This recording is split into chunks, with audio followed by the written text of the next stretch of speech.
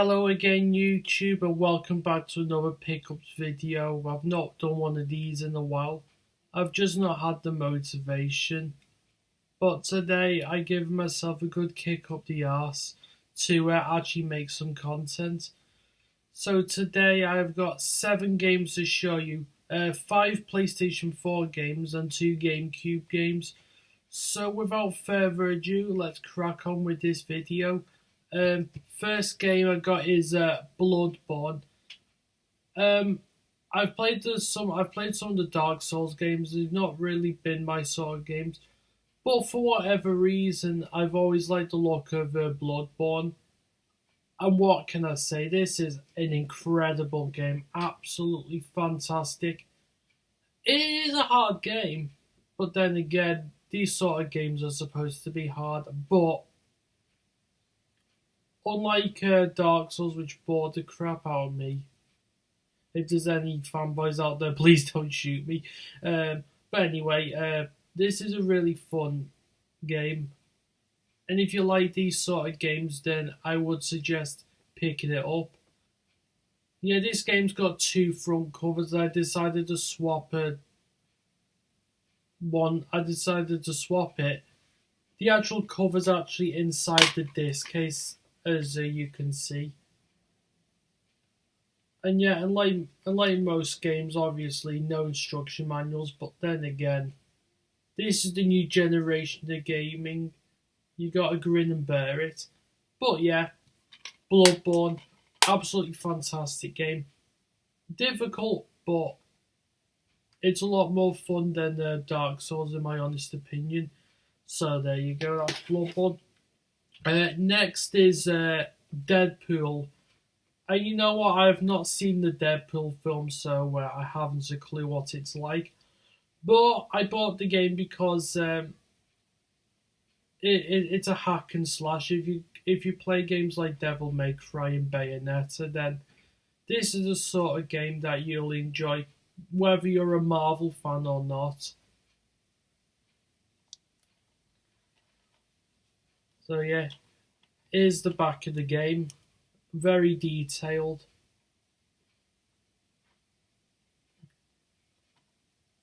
But like I've just said, if you're into your hack and slash games, this game is right up your street. But I will admit this game is a bit too easy and a little bit short. But if it's one of those games that you just want to play during the weekend, this game is absolutely perfect for that. So yeah, that is Deadpool. Next we have got, well, there are 2 games of this.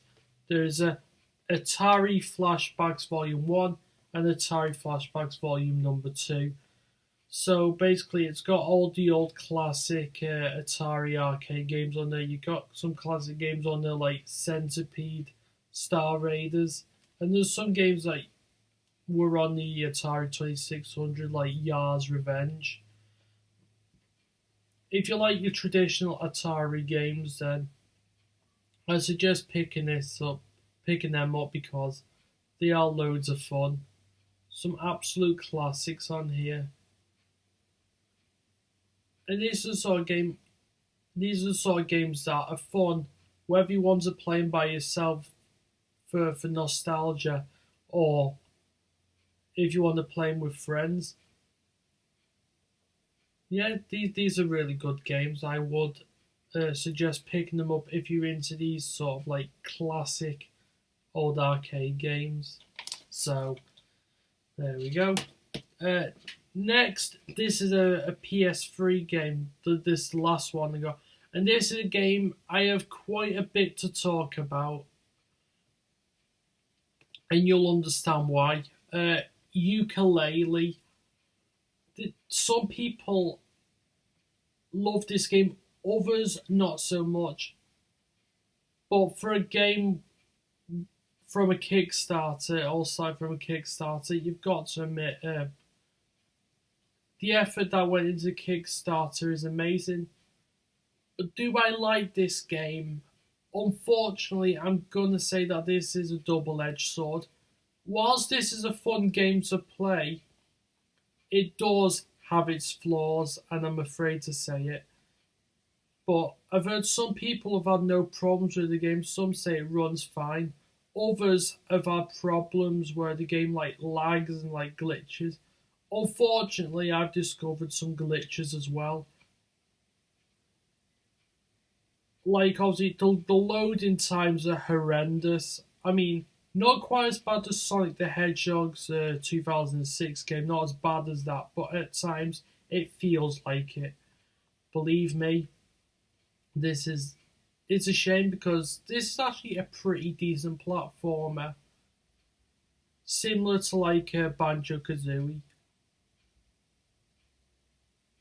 And obviously, if the game didn't have these glitches, it would be an enjoyable game and possibly one of my favorites on the PS4, which is a shame. So yeah, here's the back of the game. So yeah, this is like a throwback to like the rare games on the Nintendo 64, like Banjo Kazooie and Donkey Kong 64. And like rare games, the characters have got a good sense of humour. If you're not bothered about all the flaws and whatnot, this is a pretty decent game. So yeah, Ukulele, not a bad game. Now we're on to the Nintendo GameCube games. These are the last two games I have in this collection update. So let's get on with them. We've got Phantasy Star Episodes 1 and 2. I've never played the Phantasy Star. I've not played much of the Phantasy Star games. Only like Phantasy Star 2 and 4 on an emulator, which are pretty fun games. But I've always wanted to see what online was like. I know online was originally on the Sega Dreamcast, but I went in one of I went in a charity shop and I saw this for the GameCube. I was like, I didn't even know that Phantasy Star was on the Nintendo GameCube, so I picked it up. It wasn't too expensive. I think I paid about a tenner for it because I think this game goes for about £15-20 on eBay. So I think I did well with getting this. And unfortunately, it doesn't have the instruction manual. It's got like the guide and all that lot, all that rubbish that you get with your GameCube. But I've not played this game yet. If this game is any good, guys, let me know. So yeah, this is a Phantasy Star Online Episodes 1 and 2. There you go. Last game is SpiderMan 2. I've been wanting this game since it came out, really, and I've not had the chance to pick it up. Loved the Spider-Man 1, well, Spider-Man the movie game on the PlayStation 2, and I've always wanted to see if this game is any good, and let me tell you, it's even better than the first one. It's a lot better. The first game is still a classic, very nostalgic game for me on the PlayStation 2, but this game is just so much better. It's hard to explain why it's better than the first game, but if you played it, you'll understand where I'm coming from. And then there's the back of the game. Again, I didn't pay too much for this. You can get this game for about £6 or something.